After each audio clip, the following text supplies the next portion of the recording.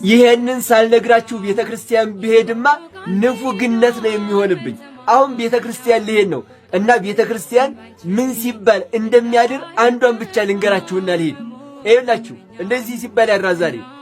ቀስተ ደመና ማርያም ትምህርተ ኪዳኑ ለኖህ ዘእግዚአብሔር ሲመኪ ለተስካረ ምህረት ወፍት።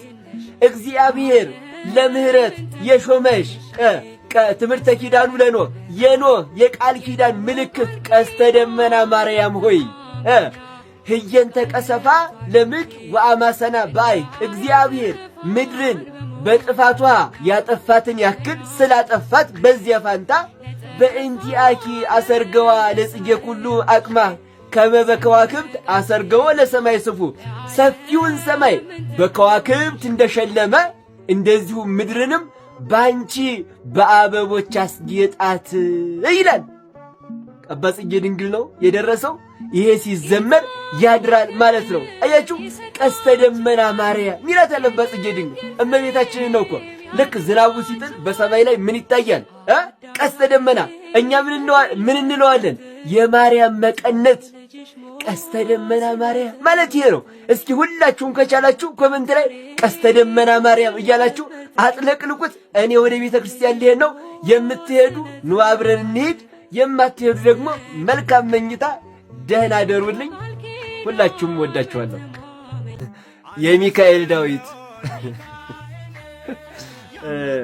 አንድ እህታችን እንግዲህ እንደዚህ ብላ ጠይቃለች። ሁላችሁም ይችን ኮሜንት አንቧት እስኪ አብረን እናንባት።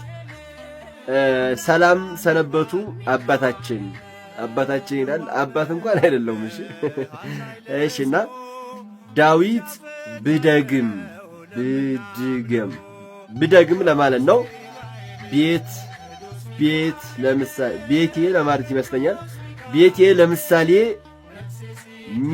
ሚካኤል ሲሆን የሚካኤልን ዳዊት ብደግም የሚካኤልን ዳዊት ይላል። እሺ ብደግም እቤት ችግር አለው ይፈቀዳል፣ ሴት ነኝ እኔ ይላል።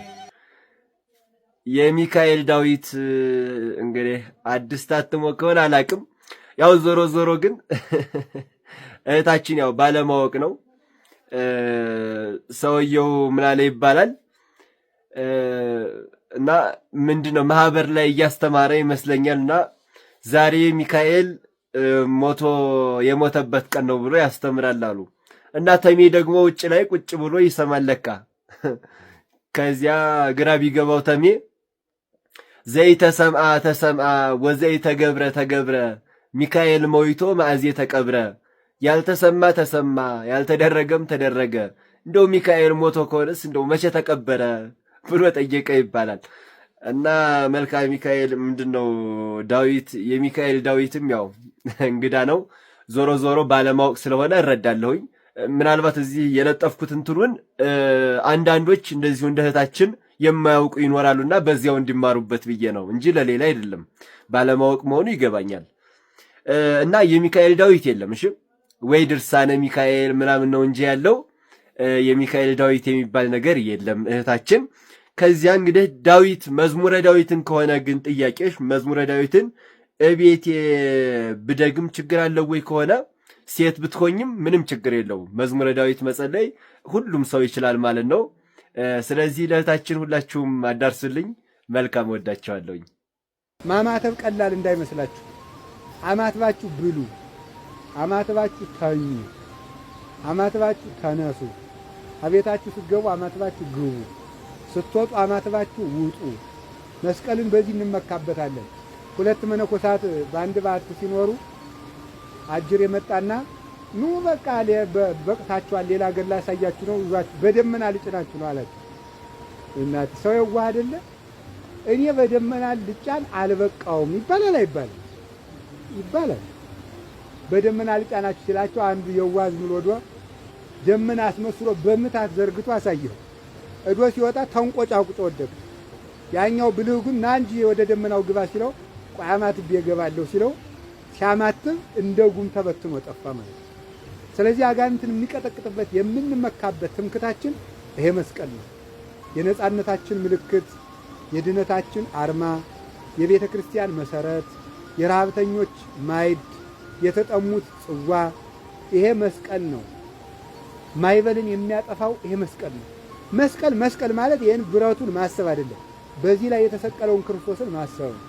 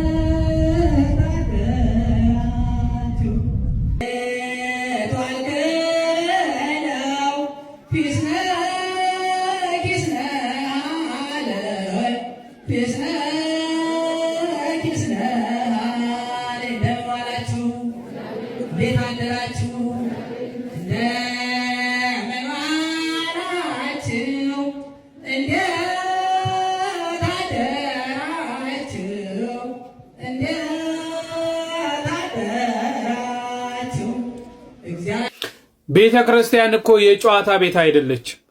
ምንድነው እየተደረገ ያለው ነገር? አሁን በአውደ ምሕረቱ ያውም የቃል ኪዳኑ ታቦት ቆሞ እንደምን ዋላችሁ እንደታደራችሁ ፒስ ነው ወይ የሚሉ እኒህ አይነት የቤተ ክርስቲያንን ቋንቋ ያልጠበቁ ዝማሬዎችንስ መዘመር እንዴ? አባታችን ለእርሶ ምናልባት የተሰጠውት እኮ የማስተባበር የማስተማር ጸጋ ሊሆን ይችላል። ያንን ለምንድነው ማትጠቀሙት? ለምንድነው በአውደ ምሕረቱ ላይ እንዲህ አይነት ዝማሬስ እግዚአብሔርን ያስደስቷል፣ እንዲህ አይነት ዝማሬ መስዋዕት ነው ብላችሁ ታስባላችሁ እንዴ? በዚህ ቦታ የምትገኙ የተገኛችሁ የቤተ ክርስቲያኒቱ አባቶች እንዲህ አይነት ነገሮች ሲደረጉ ለምንስ ዝም ትላላችሁ? ምንስ ነው ወዴትስ ነው ቤተ ክርስቲያኒቷን እያመራናት ያለው? እሺ እንዲህ አይነቱን ነገር ማን ነው የሚያስቆመው? ልክ አይደለም። የቤተ ክርስቲያን ስርዓት ይጠበቅ እንዴ! ይህ የምሕረት አደባባይ፣ ይህ የምሕረት አውደ ምሕረት እኮ ነው። የክርስቶስ ወንጌል የሚሰበክበት አውደ ምሕረት ነው። ኧረ ባካችሁ የምናደርገውን ነገር እንወቅ፣ እንለይ። እስቲ በዚህ ላይ ሐሳባችሁን ስጡበት። እናንተም የተለየ ውጤት ከሲኖዶስ አልጠብቅም። ይሄ የራሴ አስተሳሰብ ነው። ምንም የተለየ ነገር አይኖርም። የነፍስ ማዳን፣ የቤተክርስቲያን ሕልውና ማስከበር፣ ሌላም ቤተክርስቲያኒቷን ሕልውና ያስከብራሉ። ቅዱሳን ስዕላትን ያስከብራሉ። አባቶቻችን የያዙትን መስቀል ተሐድሶች ይዘው ሲጨፍርበት ያስከብራሉ። አላስበው በቀላሉ እኮ ትዝታው ጨፍሮብን ሄዷል። አላስከበሯትም ቤተክርስቲያኒቷን። በዚህ ዘመን ሀብተ ክህነት ተሰጥቷቸው መንጋውን ለመጠበቅ በመንፈስ ቅዱስ የተሾሙትን አባቶቻችንን ሳስብ እኔ ማንንም ክሪቲሳይዝ እያደረኩ ወይም እያልኩ ማንም ሁኛ አይደለም። ሁላችንም በድለናል፣ ኃጢአተኞች ነን። ሆኖም ግን እኔ 1 ሚሊዮን ጊዜ ብናገር የሚሰማኝ ሰው የለም። አባቶቻችን ግን እናንተ የምትሰሙበት ወንበር ላይ ነው ያላችሁት። በኢትዮጵያ ምድር ውስጥ የሚደረገውን የአገር ውስጥ ጦርነት ነው። በቲማቲም አይደለም ጦርነቱ፣ በጥይት ነው። ሰው አንድ ጥይት በተኮሰ ቁጥር ሰው ነው የሚሞት ያለው። ሆኖም ግን ከህግ ውጭ በሆነ ከህግ አግባብ ውጭ ከጦርነት ህግ ውጭ በሆነ በሴት ልጆች ላይ በቃ እንደው በአጠቃላይ ማለት ነው በሬሳ ላይ ይህን ያህል ጭካኔ ሲታይ ምናምን ማለት ነው እኔ እንዴት አድርጎ አስችሏችሁ ምናምን ዝም እንደምትሉ ግራ ነው የሚገባኝ። እንደው በክህነት ውስጥ ያሉ አባቶቻችንን ሳስብ ምናምን በነቢዩ ኢሳይያስ ዘመን ኑረን ቢሆን ሁላችን እንደው እንዴት አይነት ቁስል ይወጣብን ነበር። ስንቶቻችን ወደ ጨለማ ቤት እንገባ ነበረ። ኢሳይያስ አዛሪያስ የሚባል ወዳጅ ነበረው። ሁላችሁም ታሪኩ እንደምታውቁት ሀብተ ክህነት ሳይኖረው ሊያጥን ገባ ወደ ቤተ መቅደስ።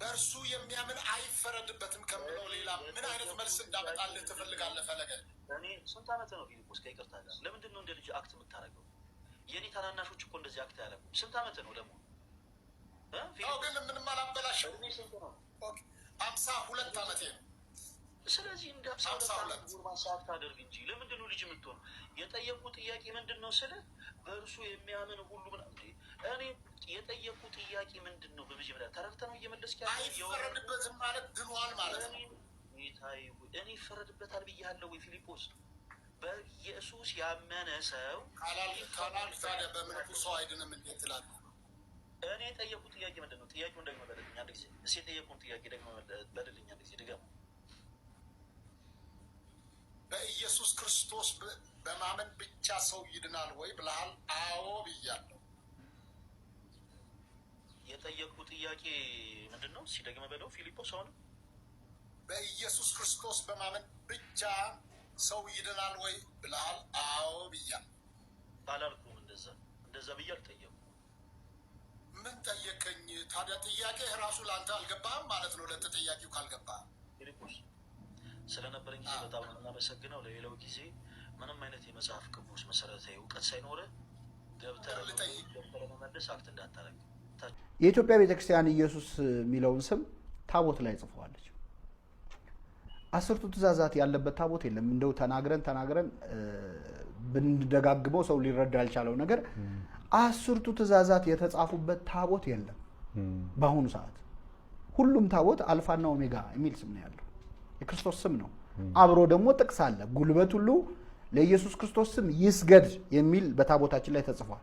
በስሙ ለኢየሱስ፣ በስሙ ለእግዚአብሔር፣ ታቦቱ ለሚካኤል፣ መታሰቢያነቱ ለቅዱሳን፣ ለመላእክት፣ ለጻድቃን ሊሆን ይችላል።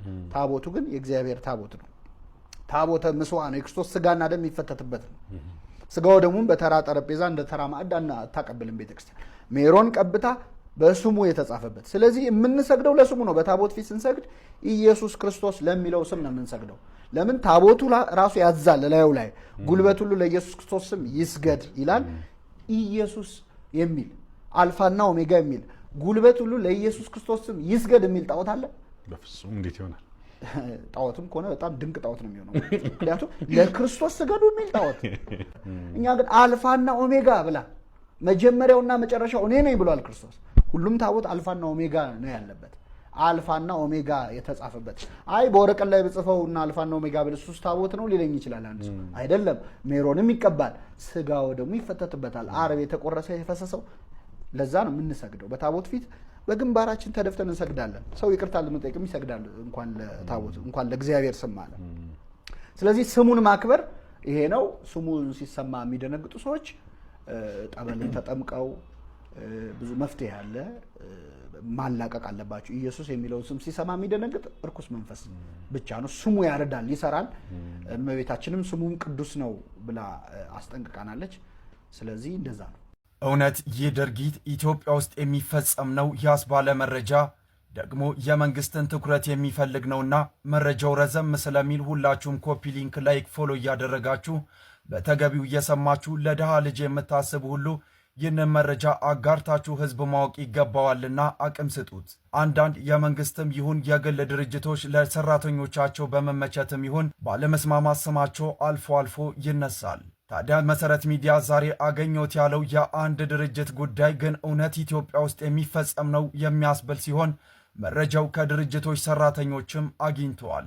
ሱፐር ደብል ቲ ጀነራል ትሬዲንግ ኃላፊነቱ የተወሰነ የግል ማህበር በሸገር ከተማ ዓለም ገና ውስጥ ካሉ የግል ድርጅቶች አንዱ ሲሆን እንደ ቀለምና የውሃ ማጠራቀሚያ በተለምዶ ደግሞ ሮቶ የሚባለው ያለ ምርቶችን ለገበያ ያቀርባል።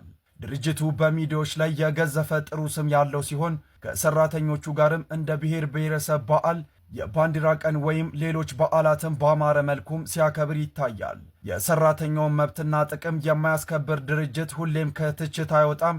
ስለ ሰራተኞቹ የሚያስብና ሕግና መመሪያን ተከትሎ የሚሰራ ደግሞ ከራሱ አልፎ ለሀገር ምሰሶ ይሆናል የሚለው መልእክቱ ድርጅቱ ያስተላለፈው በቅርቡ የሰራተኞች ቀን ብሎ ባከበረው በዓል ላይ ነበረ። ድርጅቱ ከዚህም አልፎ በሸገር ከተማ በገላን ጉዳ ክፍለ ከተማ ያስገነባው ዋቶ የጤና ኬላ የዛሬ ዓመት አስመርቆም ነበረ። በቅርቡም ለመቄዶንያ ገንዘብ ሲያሰባስብም ሱፐር ደብል ቲ ጀነራል ትሬዲንግ የ500,000 ብር የገንዘብ ስጦታም አበርክቷል። ታዲያ ምን ሆነም? አቶ ጸጋዬ ደበበ የሱፐር ደብል ቲ ጀነራል ትሬዲንግ ኃላፊነቱ የተወሰነ የግል ማህበር ባለቤት ናቸው። በርካቶች ግለሰቡ የፍኖተ ጽድቅ ጠቅላላ መንፈሳዊ ማህበርና የዩቲዩብ ቻናል መስራች መሆናቸው ያውቋቸዋል። አቶ ጸጋዬ የድርጅታቸው ስም በሚዲያ የገነነ እንዲሆን ነገር ግን የስራው ቦታው ሲኦል እንዲመስል እንዳደረጉ መሰረት ሚዲያ ያነጋገራቸው በርካታ ሰራተኞች ይናገራሉ። ታዲያ አቶ ጸጋዬ የፈለጉትን ሰው በጸጥታ አካላት ከማስወሰድም ጀምሮ ድብደባ እንዲፈጸም ማድረግ እንደሚችሉም ተነግሯል። ፖሊሶች ሲጠሩ በደቂቃ መጥተው የተባሉትን አድርጎ ይሄዳሉ የሚሉት አንድ ሰራተኛ ናቸው ሲልም መሰረት ሚዲያ አረጋግጧል። ሱፐር ደብል ቲ ጀነራል ትሬዲንግ አሁን ላይ ከ4000 እስከ 5000 የሚደርሱ ሰራተኞች እንዳሉ የታወቀ ሲሆን በርካታ ሰራተኞቹ ስማቸው ሳይጠቀስ እንኳን ለሚዲያ ለመናገር ሲቸገሩ መሰረት ሚዲያ መታዘብ ችሏል። ከስራ 1 ደቂቃ ያረፈደ 700 ብር፣ ማስቲካ ያኘከ 1000 ብር ይቀጣል። ስራ መልቀቅ እፈልጋለሁ ያለ ሊደበደብ ወይም ሊታሰር ይችላል። 2 ቀን አንገብጋቢ ጉዳይ እንኳን ገጥሞ ብትቀር ሙሉ በሙሉ ከስራ ትባረራለህ የሚሉ ሌላኛው ሰራተኞች ናቸው ሲል መሰረት ሚዲያ በድጋሚ ገልጿል። የሚከተለው ድብደባና እንግልት በመፍራትም ማንም ተመልሶ መብቴ ይከበር እንደማይልም ይናገራሉ ብለዋል። ሰራተኞቹ አክሎም መግቢያ ሰዓት ጠዋት 12 ሰዓት ከ20 መውጫ ደግሞ ማታ 12 ሰዓት ነው በማለትም ገልጸዋል።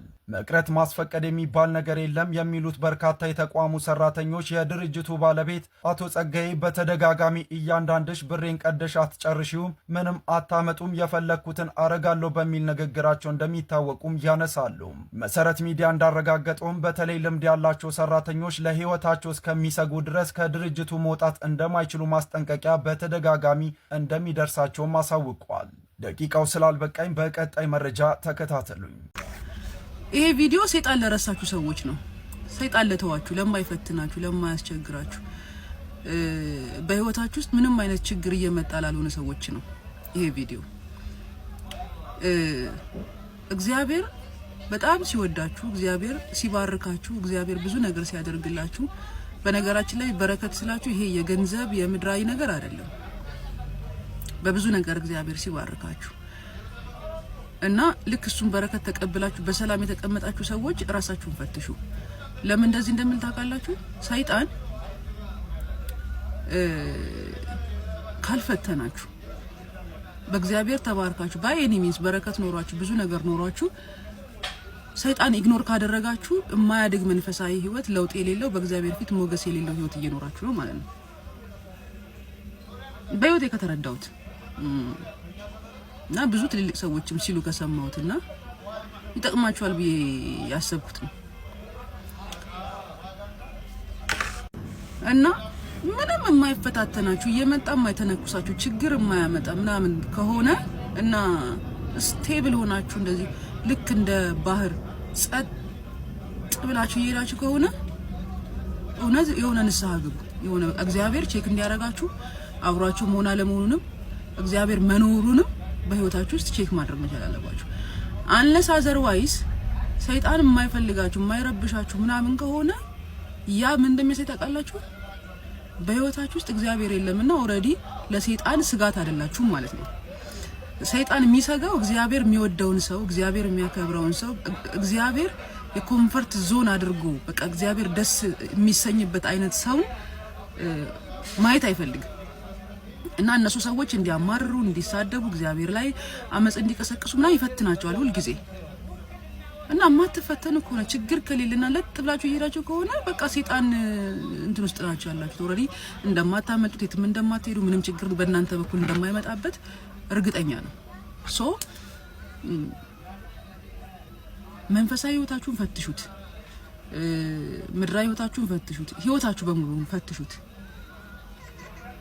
በተቃራኒ ደግሞ በጣም እየተፈተናችሁ መከራ እየበላችሁ እየተቸገራችሁ ስቃያችሁን እየበላችሁ እንደ እግዚአብሔር የለም ወይ ምናምን የምትሉ ሰዎች በቃ ሰይጣን ጂኒ ቁልቋል ምናምን ህዝቡን ሰብስቦ የራሱን እናንተ ላይ የቤት ስራ እየሰራ ነው። እናንተና እግዚአብሔር መካከል ትልቅ ጋፕ እንዲፈጠር ማለት ነው። ምናልባት ሐሳቤና አማርኛዬ እኩል የተመጣጠነ ላይሆን ይችላል፣ ግን እየተፈተናችሁ ከሆነ ሰይጣን እናንተና እግዚአብሔር መካከል እየገባ እየረበሸ ነው። በሰላም ጸጥ ብላችሁ የኖራችሁ ከሆነ ሰይጣን ምንም ማታመጡ መሆናችሁን አረጋግጦ ትቷችኋል።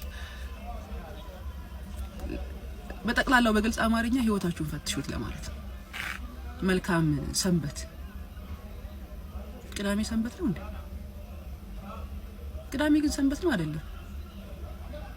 በነገራችን ላይ ያያችሁት መስቀል ነች። እሺ ቀለበቴ